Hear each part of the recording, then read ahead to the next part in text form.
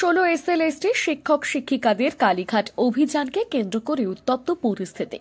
আজ ধর্মতলার ওয়াই চ্যানেলে দীর্ঘদিন ধরে অবস্থানরত যোগ্য শিক্ষক শিক্ষিকা অধিকার মঞ্চের পক্ষ থেকে মুখ্যমন্ত্রীর সাক্ষাতের দাবিতে কালীঘাট অভিযানের কর্মসূচি ছিল। সেই অনুযায়ী ময়দান মেট্রোর গেট নাম্বার 1-এর সামনে চাকরিহারা শিক্ষক শিক্ষিকারা জমায়েত হয়েছিলেন। তবে মিছিল শুরু করার আগে তাদের ধরে প্রিজন ভ্যানে তোলে পুলিশ। জানা যাচ্ছে মিছিলের অনুমতি চেয়ে পুলিশের কাছে মেল পাঠানো হয়েছিল, কিন্তু অনুমতি পাননি তারা।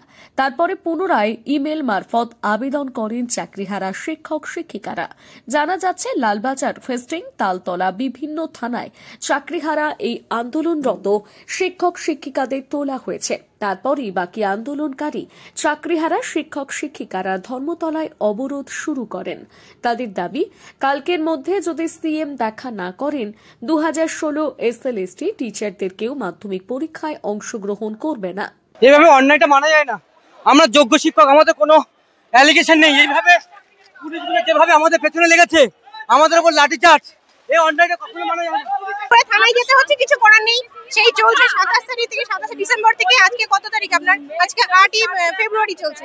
আজকে এসেছিলাম আমরা মুখ্যমন্ত্রীর হস্তক্ষেপে, দেখবে সেখান থেকে পুলিশ আমাদের আন্দোলন করতে না দিয়ে সোজা আমাদেরকে নিয়ে লকআপে ভরছে।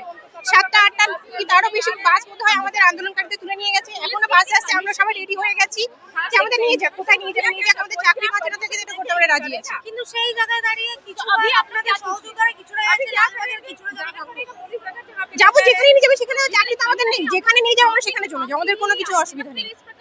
10 তারিখ থেকে তো মাধ্যমিক পরীক্ষা শুরু। হ্যাঁ, 10 তারিখ শুরু হবে, তখন পুলিশ পৌঁছে দেবে সেই স্কুলে যদি কোথাও নিয়ে ফেলে দেয় আমাদেরকে। পুলিশের দায়িত্ব নিয়ে যাচ্ছে, পুলিশের দায়িত্ব, সরকারের দায়িত্ব।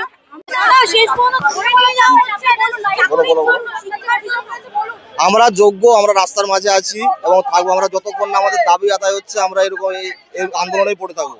আমরা মুখ্যমন্ত্রী মমতা বন্দ্যোপাধ্যায়ের সঙ্গে দেখা করতে চাইছি, হঠাৎ করে আমাদেরকে তুলে নিয়ে যাচ্ছে। এটা কি আমাদের অন্যায় আবদার? আমরা আমাদের দাবি জানাতে চাইছি, কিন্তু আমাদেরকে জোর করে টেনে হিঁচড়ে আমাদেরকে এই বাসে তুলছে। আমরা মুখ্যমন্ত্রীর হস্তক্ষেপ চাইছি। হ্যাঁ, এটাই হচ্ছে বাংলার কালচার, হচ্ছে এটা। আমরা মুখ্যমন্ত্রীর হস্তক্ষেপ চাইছি। আমরা যারা যোগ্য, আমরা যেন হচ্ছে সসম্মানে আমরা আমাদের চাকরিতে বল থাকতে পারি।